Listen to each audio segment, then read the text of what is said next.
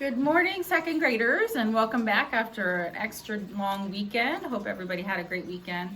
Our read aloud, our theme for this week is to be kind. So I'm going to start with this book called Chrysanthemum, and it's by Kevin Henkes.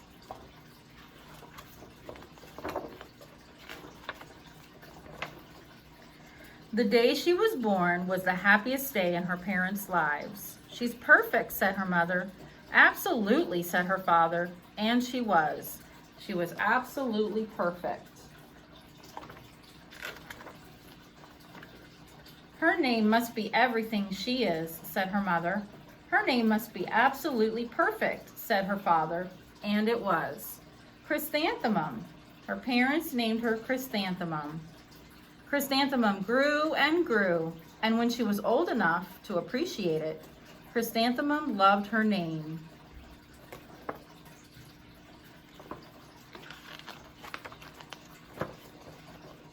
She loved the way it sounded when her mother woke her up. She loved the way it sounded when her father called her for dinner. She loved the way it sounded when she whispered it to herself in the bathroom mirror. Chrysanthemum, chrysanthemum, chrysanthemum. Chrysanthemum loved the way her name looked when it was written with ink on an envelope. She loved the way it looked when it was written with icing on her birthday cake. And she loved the way it looked when she wrote it herself with her fat orange crayon. Chrysanthemum, chrysanthemum, chrysanthemum. Chrysanthemum thought her name was absolutely perfect. And then she started school. On her first day, Chrysanthemum wore her sunniest dress and her brightest smile. She ran all the way. "Hooray," said Chrysanthemum, "school." How do you think she's feeling about her first day of school? But when Mrs. Chud took roll call, everyone giggled upon hearing Chrysanthemum's name.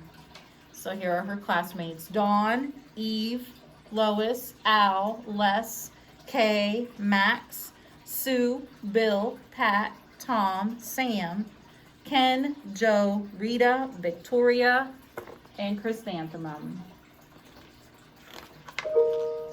"It is so long," said Joe. "It scarcely fits on your name tag," said Rita, pointing. "I'm named after my grandmother," said Victoria. "You're named after a flower." Chrysanthemum wilted. She did not think her flower was absolutely perfect. She did not think her name was absolutely perfect, sorry. She thought it was absolutely dreadful. What does that mean to wilt? Chrysanthemum wilted. The rest of the day was not much better. During nap time, Victoria raised her hand and informed Mrs. Chud that Chrysanthemum's name was spelled with 13 letters. "That's exactly half as many letters as there are in the entire alphabet," Victoria explained. "Thank you for sharing that with us, Victoria," said Mrs. Chud. "Now put your head down." "If I had a name like yours, I'd change it," Victoria said as the students lined up to go home. "I wish I could," thought Chrysanthemum miserably. "Welcome home," said her mother. "Welcome home," said her father. "School is no place for me," said Chrysanthemum. "My name is too long. It scarcely fits on my name tag. And I'm named after a flower." "Oh, pish," said her mother. "Your name is beautiful and precious and priceless and fascinating and winsome," said her father. "It's everything that you are," said her mother. "Absolutely perfect," said her father. Chrysanthemum felt much better after her favorite dinner, macaroni and cheese with ketchup, an evening filled with hugs and kisses and parcheesi. That night, Chrysanthemum dreamed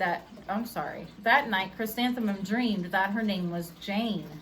It was an extremely pleasant dream.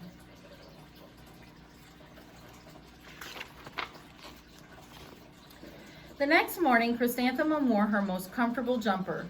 She walked to school as slowly as she could. She dragged her feet in the dirt. "Chrysanthemum, chrysanthemum, chrysanthemum," she wrote.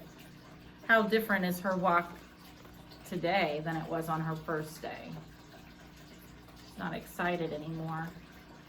She even looks like a flower, said Victoria as Chrysanthemum entered the playground.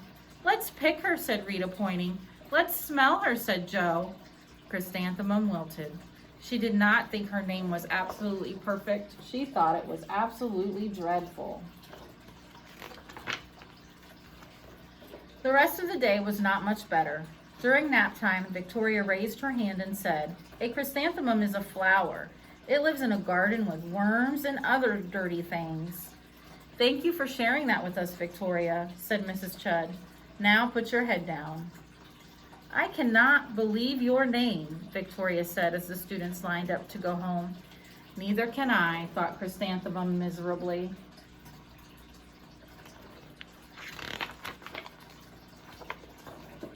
"Welcome home," said her mother. "Welcome home," said her father. "School is no place for me," said Chrysanthemum. "They said I even looked like a flower. They pretended to pick me and smell me." "Oh, pish," said her mother. "They're just jealous and envious and begrudging and discontented and jaundiced," said her father. "Who wouldn't be jealous of a name like yours?" said her mother. "After all, it's absolutely perfect," said her father. Chrysanthemum felt a trifle better after her favorite dessert, chocolate cake with buttercream frosting, and another evening filled with hugs, kisses, and parcheesi. Have you ever played that game, parcheesi? That night, Chrysanthemum dreamed that she really was a chrysanthemum. She sprouted leaves and petals. Victoria picked her and plucked the leaves and petals one by one until there was nothing left but a scrawny stem. It was the worst nightmare of Chrysanthemum's life. Chrysanthemum wore her outfit with 7 pockets the next morning. She loaded the pockets with her most prized possessions and her good luck charms. Chrysanthemum took the longest way possible to school. She stopped and stared at each and every flower. "Chrysanthemum, chrysanthemum, chrysanthemum," the flowers seemed to say. That morning, the students were introduced to Mrs. Twinkle, the music teacher. Her voice was like something out of a dream, as was everything else about her. The students were speechless. They thought Mrs. Twinkle was an indescribable wonder. They went out of their way to make a nice impression. What does that mean? They want to make a nice impression. Mrs. Twinkle led the students in scales. Then she assigned roles for the class musical. Victoria was chosen as the dainty fairy queen. Rita was chosen as the spiffy butterfly princess. Joe was chosen as the all-important pixie messenger. And Chrysanthemum was chosen as a daisy.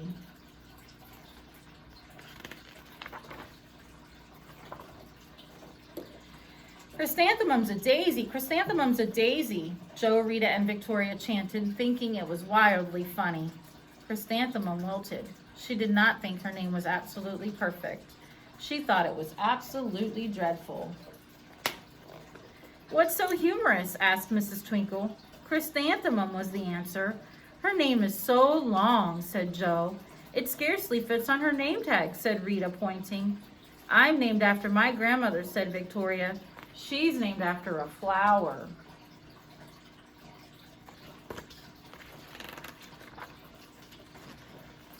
"My name is long," said Mrs. Twinkle. "It is?" said Joe. "My name would scarcely fit on a name tag," said Mrs. Twinkle. "It would," said Rita, pointing. "And," Miss Twinkle said, "I'm named after a flower too." "You are?" said Victoria. "Yes," said Mrs. Twinkle. "My name is Delphine Twinkle. And if my baby is a girl, I'm considering Chrysanthemum as a name. I think it's absolutely perfect." Chrysanthemum could scarcely believe her ears. She blushed, she beamed, she bloomed.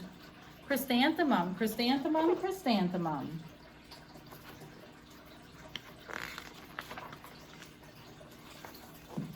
Joe, Rita, and Victoria looked at Chrysanthemum longingly. "Call me Marigold," said Joe. "I'm Carnation," said Rita, pointing.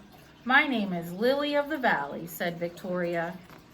Chrysanthemum did not think her name was absolutely perfect. She knew it. They all wanted to make a good impression on their teacher because they liked her. And so the teacher has helped them change their attitude. about Chrysanthemum's name. Epilogue, which means what happens at the end. Overall, the class musical was a huge success. Chrysanthemum was absolutely perfect as a daisy. Victoria made the only mistake. She completely forgot her lines as the dainty fairy queen. Chrysanthemum thought it was wildly funny. She giggled throughout the entire dance of the flowers. Eventually, Mrs. Twinkle gave birth to a healthy baby girl, and of course, she named her Chrysanthemum. The end. If you can, try to find a picture of a chrysanthemum or, what was the teacher's name?